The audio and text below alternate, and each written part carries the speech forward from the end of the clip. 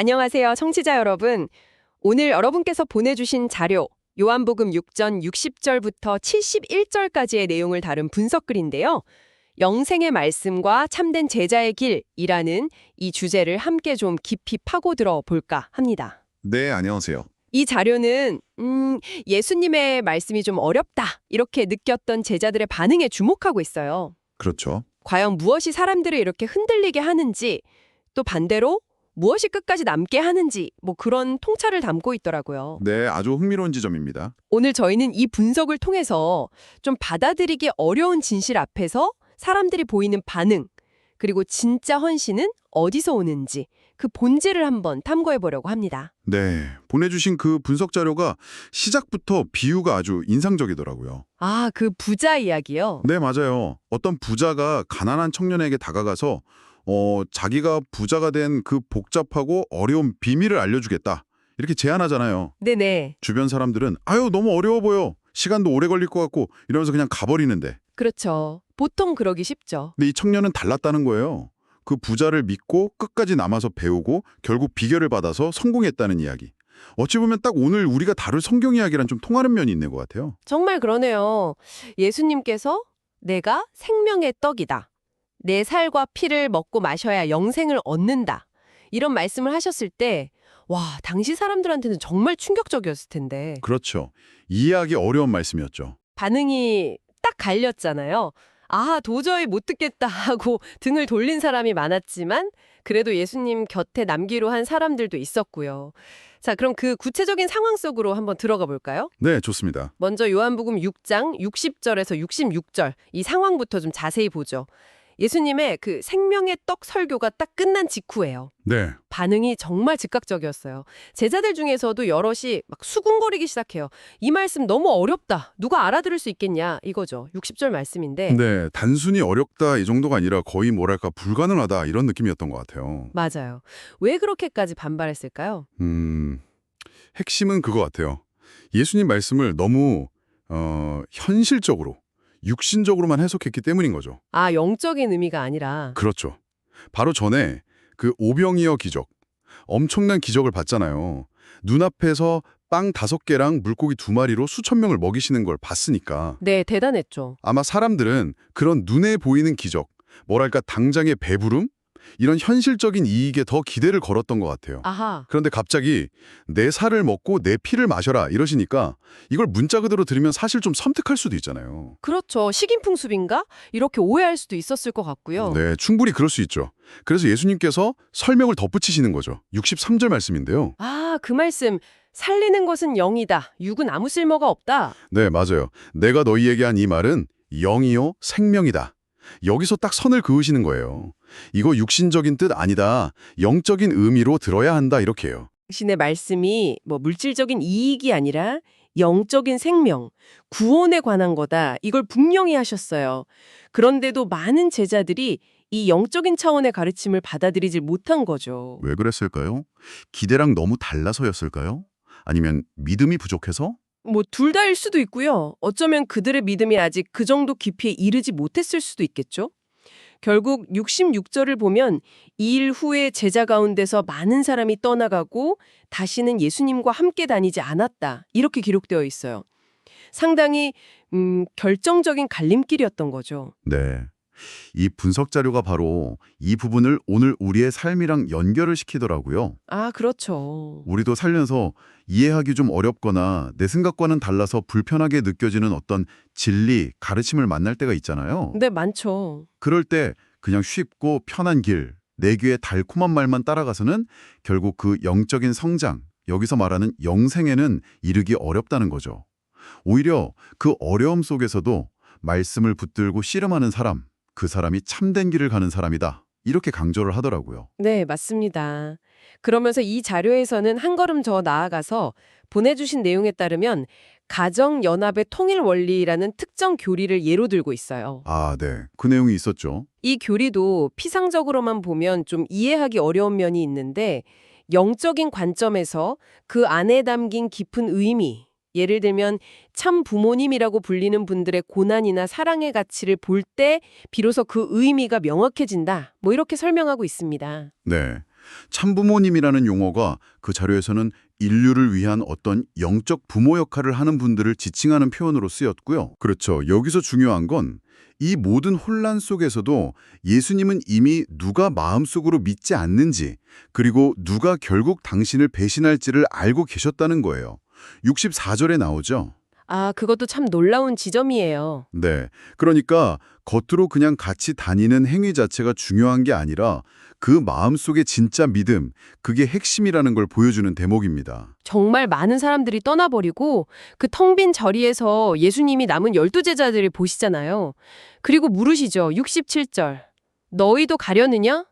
와, 이 질문 정말 무게감이 느껴져요. 네, 그렇죠. 이게 그냥 너희도 갈 거니? 이런 단순한 질문이 아니라는 거죠. 네. 그 안에 감정이 많이 담겨 있는 것 같아요. 맞습니다. 분석글에서도 여러 의미가 있다고 보는데요. 첫째는 떠나간 사람들에 대한 어떤 안타까움, 슬픔 같은 거. 그렇죠. 둘째는 남은 제자들만이라도 이 영생의 진리를 붙잡기를 바라는 어떤 간절한 사랑. 네. 그리고 셋째는 이게 중요한데 강요가 아니라는 거예요. 그들의 자유로운 선택을 존중하는 마음. 너희 결정은 뭐니? 하고 진심으로 묻고 계신 거죠. 아, 강압적인 게 아니라 인격적인 초청이군요. 그렇죠. 그런 리더십을 보여주시는 거죠. 이 결정적인 질문 앞에서 다른 제자들은 좀 머뭇거렸을 것 같은데 그때 시몬 베드로가 딱 나서잖아요. 네, 베드로가. 68절. 정말 유명한 대답이죠. 주님, 우리가 누구에게로 가겠습니까? 영생의 말씀이 주님께 있습니다. 와, 이 고백 정말 대단하지 않아요? 네, 정말 대단하죠. 아니, 말씀이 어렵다는 걸 몰랐을까요? 베드로도 분명히 혼란스러웠을 텐데. 그렇죠. 베드로라고 왜 혼란스럽지 않았겠어요. 근데 베드로의 위대함은 말씀이 쉽다고 생각해서가 아니라는 거예요. 아, 오히려 그 어려움, 그 신비를 인정하면서도 그 말씀을 하시는 분, 즉 예수님이라는 근원에 대한 절대적인 신뢰가 있었던 거죠. 근원에 대한 신뢰. 네. 그리고 그 말씀이 궁극적으로 약속하는 결과, 바로 영생에 대한 확신이 있었기 때문에 다른 선택지를 생각할 수 없었던 겁니다. 주님 말고 어디서 이 영원한 생명을 얻겠습니까? 하는 어떤 절박함, 동시에 확고한 믿음이 담긴 고백인 거죠. 단순히 머리로 동의하는 게 아니라 그냥 존재 자체로 결단한 거군요. 네, 맞아요. 존재적인 결단에 가깝죠. 그리고 베드로가 여기서 한 걸음 더 나가요. 69절. 우리는 주님이 바로 하나님의 거룩하신 분이심을 믿고 알았습니다. 네, 이 고백도 중요하죠. 이건 그냥 가르침만 믿는 게 아니라 예수님이라는 존재 자체, 그분이 보통 사람이 아니라 하나님에게서 온 구원자, 메시아라는 걸 깊이 깨닫고 받아들였다는 거잖아요. 정확합니다. 믿고 알았다는 표현이 참 의미심장한데요. 어떤 경험적인 깨달음을 통해 얻어진 확신을 보여주는 거죠. 네. 그래서 분석 자료는 바로 이 베드로의 고백에서 참된 제자의 핵심적인 모습을 본다는 거예요. 어떤 모습인가요? 겉으로 드러나는 행위, 뭐 그냥 무리에 속해 있는 거, 이걸 넘어서서 가르침의 근원이 되는 존재. 자료에서는 예수님 또는 아까 말한 참부모님이라는 그 중심인물의 신성한 사명, 그 가치를 마음 깊이 받아들이고 자기 신앙으로 고백하는 것. 이게 중요하다는 점을 아주 힘주어 말하고 있습니다. 네, 그렇군요. 어쩌면 청취자 여러분께서도 삶에서 좀 어려운 정보나 이해하기 힘든 상황에 딱 부딪혔을 때 근데 내가 왜 이걸 붙들고 있지? 내 믿음의 뿌리는 어디에 있지? 이렇게 스스로 질문을 던져볼 수 있는 그런 대목인 것 같아요. 네, 정말 생각해 볼 지점이네요. 베드로의 이 감동적인 고백 후에 분위기가 잠시 좀 숙연해졌을 것 같은데요. 그랬겠죠? 그때 예수님께서 다시 입을 여세요. 70절 앞부분, 내가 너희 12를 택하지 아니하였느냐? 네. 이 말씀은 마치 베드로의 고백에 대한 응답 같기도 하고 또 남은 제자들을 향한 예수님의 그 깊은 사랑, 그리고 너희는 내가 특별히 선택했다는 사실을 다시 한번 확인시켜 주시는 의미가 있다고 이 분석글은 설명하더라고요. 그렇죠. 너희는 그냥 따라온 사람들이 아니라 내가 특별히 부르고 세운 사람들이다. 이런 격려와 함께 그 선택받음의 소중함을 다시 일깨워주는 말씀이라는 거죠. 네, 제자들도 아마 이 말씀을 들으면서 우리가 정말 특별한 부르심 가운데 있구나 하고 느꼈을 것 같아요. 네, 분명 그랬을 겁니다. 그런데 바로 그 다음에 정말 상상도 못한 반전이 기다리고 있어요. 그렇죠. 70절 뒷부분, 그러나 너희 가운데 하나는 악마이다. 그리고 71절에서 그 악마가 바로 가룟 시몬의 아들 유다를 가리킨다고 명확하게 밝혀지죠. 와, 12제자 중 한 명. 그것도 돈주머니를 맡을 정도로 신뢰받았던 사람이 악마라니. 정말 충격적인데요. 네, 등골이 오싹해지는 말이죠. 아니, 유다는 다른 제자들이랑 똑같이 3년 동안 예수님과 같이 먹고 자고 했잖아요. 네, 누구보다 가까이 있었죠. 어떻게 이런 일이 가능했을까요? 겉으로는 완벽한 제자였을 텐데 말이죠. 이 분석 자료는 유다의 문제를 그의 마음속 깊은 곳에 있었던 두 가지 요소로 설명합니다. 뭔가요? 바로 말씀에 대한 불신 그리고 욕심. 이 두 가지예요. 불신과 욕심. 네, 겉으로는 예수님을 따르는 척했지만 마음속으로는 예수님의 가르침, 특히 그 영적인 가치를 온전히 믿지 않았다는 거죠. 그리고 동시에 세속적인 이익, 아마도 돈에 대한 탐욕을 버리지 못했다는 해석입니다. 아, 혹시 예수님이 정치적인 메시아가 돼서 로마를 몰아내고 왕이 되실 거다 이런 기대를 했는데 그게 아니니까 실망해서 그랬을 수도 있을까요? 충분히 그런 기대를 했을 수도 있죠. 그리고 그런 기대가 무너지면서 실망하고 그게 배신으로 이어졌을 가능성도 있고요. 그렇군요. 유다의 이야기는 참 많은 생각을 하게 만드네요. 이 자료가 강조하는 것처럼 그냥 어떤 그룹에 속해 있다거나 리더 옆에 오래 있었다는 그런 외적인 조건만으로는 진짜 멤버, 참된 제자가 될 수는 없다는 명백한 증거 같아요. 네, 그렇죠. 진정한 믿음과 헌신은 어떤 형식적인 관계나 시간이 아니라 보이지 않는 마음의 중심에서부터 나오는 순종과 신뢰, 그리고 가치관의 일치에서 비롯된다는 것. 맞습니다. 유다는 결국 영원한 생명이라는 그 영적인 가치보다 눈앞의 은 30이라는 물질적인 탐욕을 선택했고 결국 인류 역사상 가장 비극적인 배신의 길을 걷게 된 거죠. 네. 유다의 존재 그리고 그의 선택은 역설적으로 참된 제자의 길이 뭔지를 더 분명하게 보여주는 것 같아요. 아, 역설적으로요? 네. 베드로와 유다, 똑같은 환경에서 똑같은 스승 밑에 있었지만 그 내면과 최종 선택은 완전히 정반대였잖아요. 그렇죠. 참된 제자는 자기를 선택하고 불러주신 그 부르심의 가치를 깨닫고 감사하고 때로는 어렵고 이해하기 힘들어도 그 가르침을 영원한 생명으로 이어지는 진리로 믿고 끝까지 따르는 사람이라는 거죠. 네.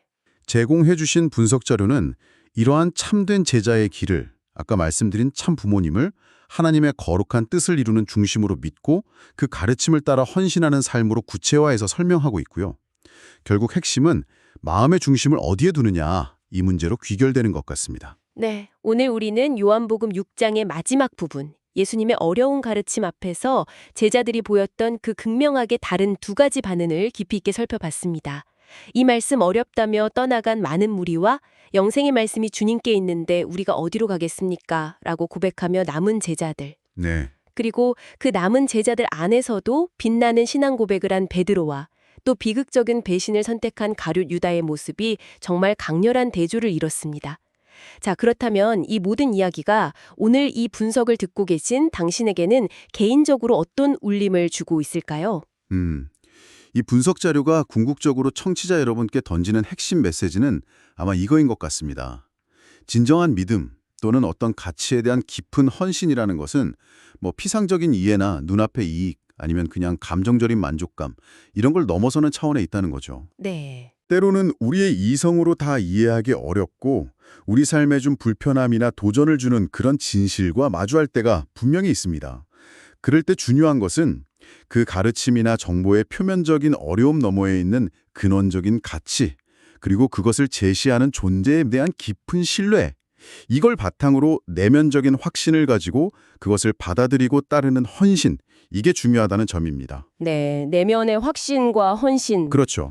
자료의 표현을 다시 빌리자면 육적인 가치 판단보다는 영적인 의미를, 또 외적인 형식보다는 내적인 믿는 마음을 선택하는 것이 중요하다는 그런 통찰이죠. 단순히 정보를 막 모으는 걸 넘어서 그 의미를 깊이 파고들어서 자기 것으로 만들려고 하는 여러분의 그 학습 여정에도 적용해 볼 수 있는 이야기인 것 같습니다. 네, 그렇겠네요. 사람들이 어떻게 복잡하고 때로는 감정적으로 받아들이기 힘든 정보에 반응하고 처리하는지, 또 어떤 과정을 통해서 어려운 상황 속에서도 핵심적인 신념이나 가치를 붙들고 헌신을 이어가는지, 이런 걸 보여주는 흥미로운 사례 연구로도 볼 수 있겠고요. 맞아요. 어려움 앞에서 나타나는 인간 반응의 어떤 스펙트럼을 보여주는 거죠. 자, 오늘 분석을 마무리하면서 마지막으로 여러분께 생각해 볼 질문 하나를 던져드리고 싶습니다. 네. 오늘 살펴본 자료는 어려운 가르침 앞에서 떠나가느냐 혹은 남느냐, 이 외적인 선택의 갈림길에 좀 초점을 맞췄잖아요. 네, 그랬죠. 그렇다면 남기로 선택한 사람들, 그러니까 베드로처럼 영생의 말씀이 여기 있다고 결단한 사람들 안에서는 구체적으로 어떤 일이 벌어지는 걸까요? 아, 그 안에서의 과정이요? 네. 어떻게 하면 베드로가 보여준 것 같은 그런 내적인 확신을 계속해서 키워나가고 더 단단하게 만들 수 있을까요? 동시에 우리 안에도 있을 수 있는 그 유다의 드림자, 예를 들면 의심이나 세상적인 욕심 혹은 내 신념과 좀 부딪히는 내면의 목소리들로부터 스스로를 어떻게 지켜나가고 그 확신을 견고히 할 수 있을까요? 아주 중요한 질문이네요. 이 질문에 대한 답을 한번 곱씹어 보시면서 다음 저희의 또 다른 심층적인 분석에서 다시 만나 뵙길 기대하겠습니다.